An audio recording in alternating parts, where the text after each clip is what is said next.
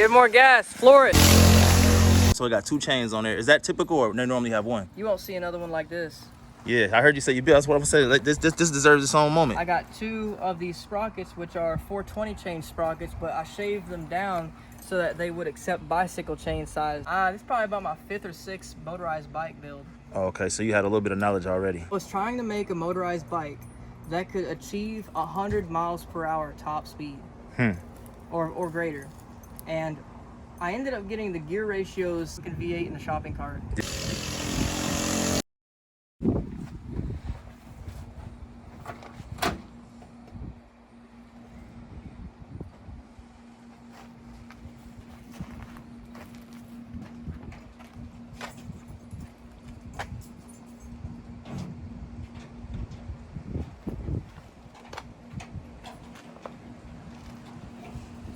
And this only cost me around $1,000 to make.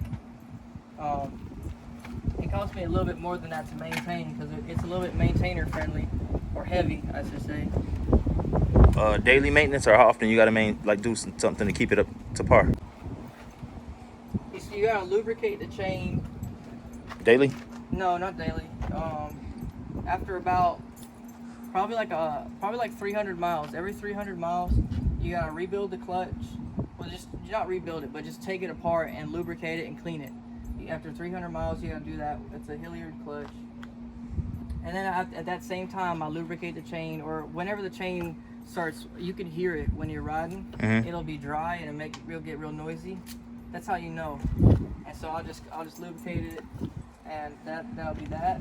Also, you gotta put gas in it, of course, but like it's also got oil in it. Does it have a kickstand in it? No. Oh, okay. I just wanted to bring it out some so I can actually see the bike. Okay.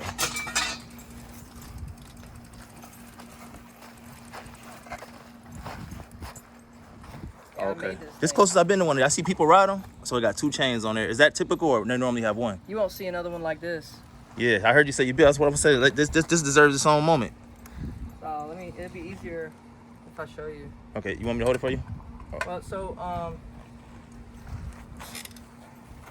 how this works is originally you would have a clutch going to a chain to a cog here, and then on your cog you'd have a jack shaft, and it'd have another cog on the same side, and it would go to this tooth right here, this gear, and that's how the stock setup works. The way I did it is I completely redid the jack shaft. I even punched out the bearings and increased the shaft diameter size, and I ran it from this clutch using a chain that I bought. It's still a 35 chain, and I go into, I believe, a 60 or 75 tooth. I think it's a 60 tooth sprocket. It's like a go-kart sprocket attached to the shaft, and I have these little collars that hold it in place so I can't walk back and forth, and they're screwed in with Allen keys and held by Loctite. Then on this side, I got 2 of these sprockets, which are 420 chain sprockets, but I shaved them down so that they would accept bicycle chain sized clearances. So this is a regular, like, cheapo bicycle chain, and it's not very strong. It doesn't have to be very strong. The only load this chain ever sees is from the pedals. Okay. Whenever I pedal the bike, this chain transfers all the energy to the shaft, which goes back to the little axle. This chain handles all the torque of everything that's sent to the rear wheel. So it handles my foot pedaling, my motor, it'll handle them both because they're on the same shaft. So this chain had to be as strong as it possibly could. And I used the KMC Knight single speed BMX protected half link chain. And that's why this chain looks kind of weird, because it's a protected half link. It has these like L-shaped links that go over the top of the chain, and I think originally they made this chain so that BMX riders could grind on like concrete or something and not damage their chain, because it would have like, it would protect their rollers and everything. Okay. And yeah, so it does that very well, but it's also made of like some really strong materials, and so that's what I'm running. This has been handling the torque and all the stress that this motor can put out. And this was old reliable. This was actually your main source of transportation for a period of time. For a long time. This thing, I mean, I don't ride it much now because I got a truck now.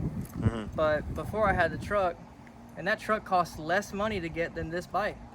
That truck, I only paid $1,000 for that truck, and to register it, it was like $98. So they're about the same cost. This fucking bike and a whole pickup truck. Yeah, for sure. It's really cool. My sergeant sold me that truck. Really awesome guy, amazing sergeant. This sprocket back here, I actually increased the size of it. I think I went from a 17 tooth to a 20 tooth, and it's made out of chromoly steel. It's made by, I believe, a company called Sunlight, and it's a lightweight little sprocket, but I actually don't care that it's lightweight or not. I just needed it to be made of chromoly steel because it's a thin little sprocket and it needs to be as strong as possible, and that's what it's made out of, to handle all the torque. And this right here is a new Vinci, I think it's an N350 or something. Let me see. Yeah, it's an N330 gearbox, and it's a continuously variable gearbox. It's got ball bearings, so it's not a step gearbox. You can actually shift this gearbox while driving. You don't have to let off the throttle. And so this little wheel down there, that's the input shaft for the gearbox. Okay. And that's actuated by my hand up here. All these blue cables I added to the frame so that I could run this. And this is my throttle cable. Little twisty grip, super simple. So how you'd ride this is that you twist this back and kind of hold on to it with your thumb, and then you can actuate it with like your hand like that. And this is basically typically making it harder or more lighter on the gear, like the pedal part, or what is this actually controlling? So this lowers and raises the gear ratio. So what that means is that the motor could spin at 1,000 RPM, and through this gear ratio change, you can increase your speed. Perfect. That is, you can increase your speed even though that motor's RPM can stay the same, or vice versa. You can increase the motor's RPM and stay the same speed. So it really depends on what you're doing. If you're climbing a hill, you'd want to lower your gear ratio. Put your motor up at like 1,005 and just put it in a low gear ratio and go slowly up the hill. Or if you're going down your hill, you can gain a lot of speed by just increasing your gear ratio and making the ratio taller. And this bike will really stretch its legs out and it'll get up to speed real fast. Yeah, this right here, it looked unique. I didn't know that it was unique until you told me though, but it most definitely, yeah. It's got so many things. So the motor itself, I haven't really done anything to the motor. The motor's completely stock, other than I rerouted the throttle cable linkage, and I got rid of the complicated like garden tiller style fucking throttle, whatever the hell they got going on. It was so weird. It was so complicated. This was your first biking experience like this too? Or you had owned something similar to this before? This is probably about my 5th or 6th motorized bike build. Oh, okay, so you had a little bit of knowledge already. Yeah. So I also replaced the fork up here. This fork is custom. Well, not custom, it's just a buckless fork. So it's an air suspension fork, and I got this little lever right here. When I push that lever, it locks the fork, so I can't like, it's like stable, and it's like locked forward. When you let it go, you'll have a little more bounce, a little more dampening. And I just keep it in the dampening like at all times, because this is only used for like road bikes, but this is not a road bike. This is more akin to like a dirt bike or like a moped. It works really good off road. I've climbed mountains with this thing. I fucking love it. What's the fastest you got this up to, you know? Oh, I can't say I know you that. said it's got some parts that's light, but you really wouldn't. I can't say that. Yeah. No. I can't say that. Yeah. I really can't. Yeah. But you know, it's not too fast. I upgraded the brakes so it can be slower, right? So I got these 203 millimeter rotors on here. I got these Bucklows brake pads and calipers. So the calipers are bigger and the pads are thicker, and the rotor is taller. And I got this adapter here that makes it all work together. In the rear, I think I got a 300 millimeter. It's whatever Fat Moto has on their bikes. It's a super really big brake rod. I've never even seen one on a bike. Like even with I got like these washers and everything that are spacing this caliper out, and the clearances are good. The clearances are real good. I'm getting really good brake response. And you got it. Yeah. I just noticed. So this is a kickstand. You said it wasn't a kickstand on there. Or are you saying that you don't use it? I mean, I was wrong. It does have a kickstand, but like, I don't use it because it's just weak. Okay. I'm just learning about the bikes itself, though. Do typically the kickstand support the weight of these bikes?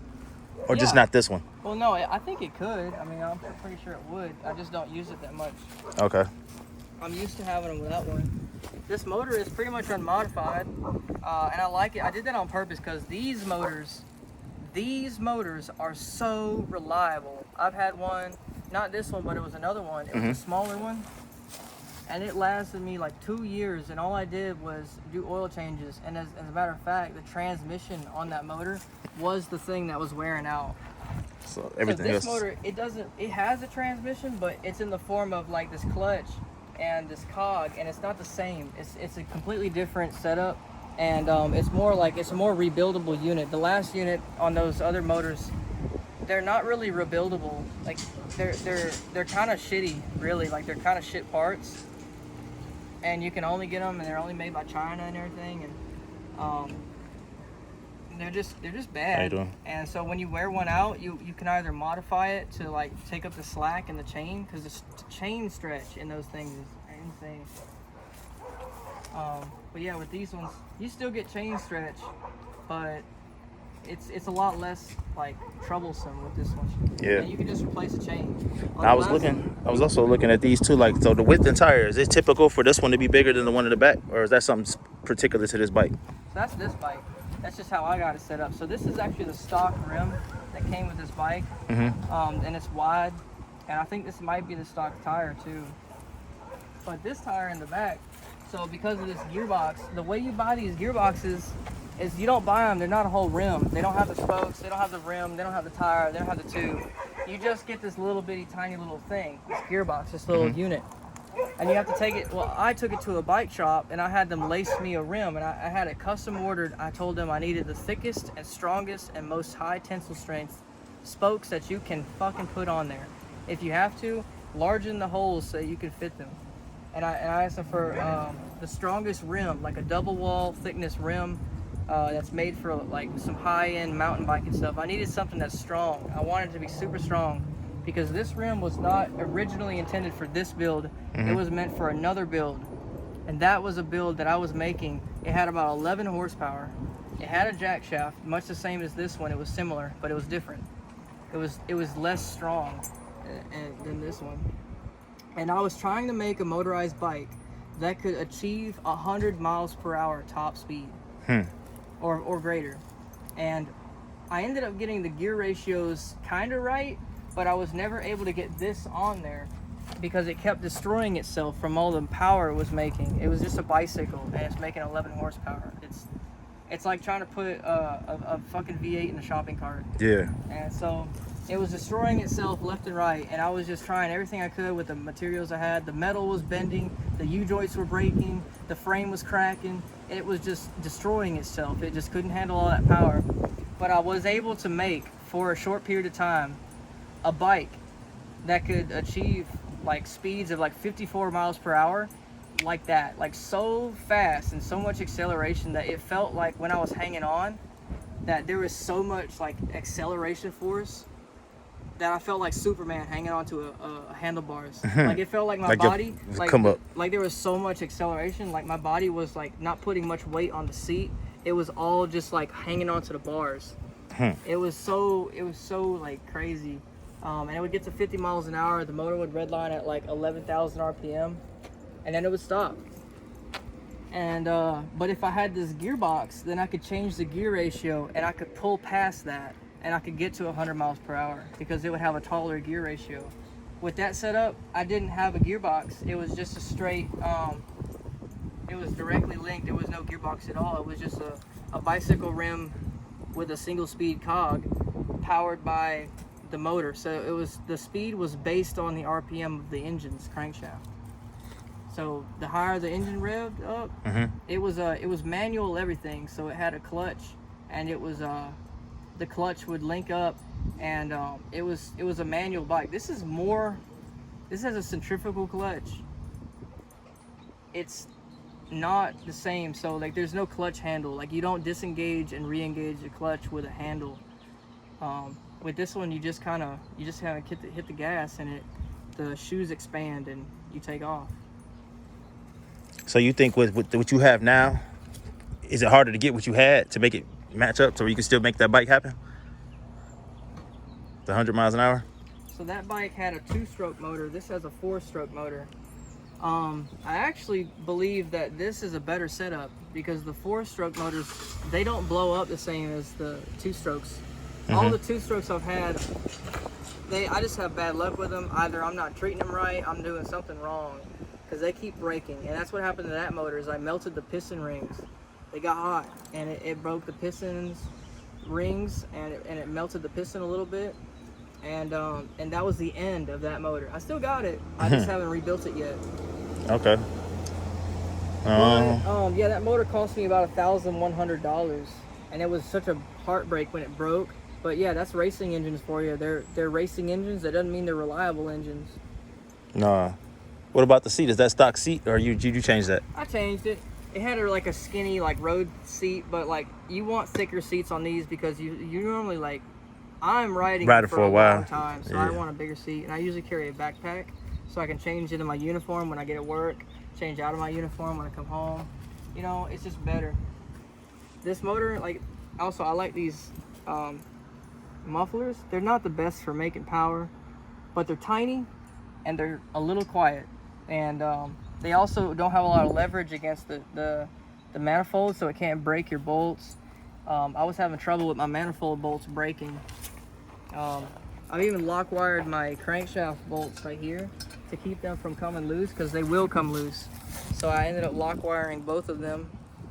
And had one come apart on you before? all the freaking time. Yeah. They always, like, once they become like wallowed out, which they do because these materials aren't meant to be motorized, and some of these bike parts for the motorized bike variety, sometimes you can't really get them made in the USA, and they come from China or Taiwan or Japan, and sometimes their metal qualities are not good. Like they just are not strong, so their tolerances don't hold.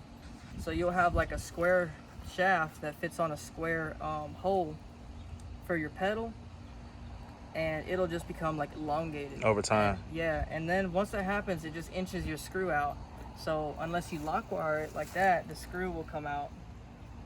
You live and you learn. This is real educational to me, so I know you're teaching others too. This motor makes about 3 horsepower. This right here, this is a fan, and it actually forces air through this motor. So it's an air-cooled motor, but it's got forced air cooling. So as the motor spins, this fan forces air, and you know, normally your motor has like fins and stuff right here, but this actually has a shroud covering the fins, and I was thinking like, wow, that needs to come off because the air needs to flow into the motor from the front of the bike as I'm going forward. But no, that was previous me thinking. Now I understand. This shroud and everything, it actually forces air, and then when the air is forced through here, it gets caught between the fins and the shroud, and it actually goes all the way. Over here, and it gets circulated to the back of the motor around here, and there's this like it just circulates the air all around the cylinder, and it does it pretty good. I don't have any problems with this motor overheating or anything. And I know you said that you've been riding it for a while, but you got the truck now, so you still get a chance to ride this? No, but I mean, it still runs. I started it up yesterday. Let me see if I can start it now. You need me to hold it, or you got it? No, I'll get it.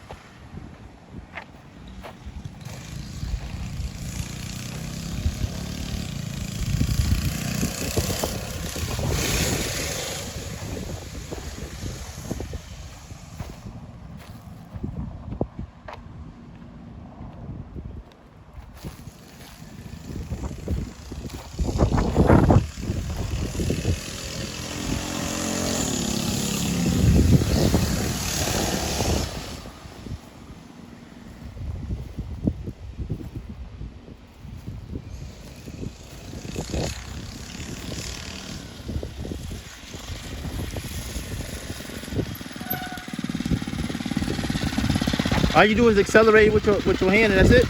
Yeah. Can I ride it?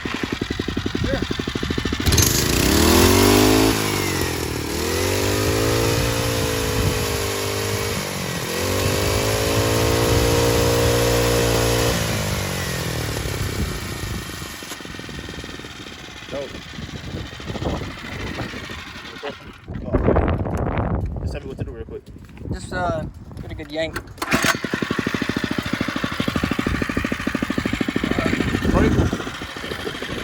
Be careful. I'm just trying to see how tight my brakes is. This is back brake, right? Front? That's your front.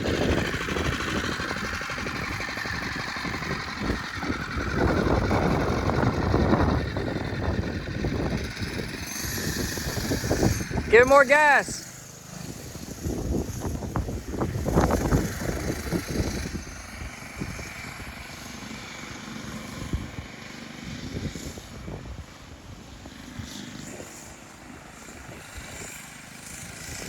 Give it more gas. Floor it.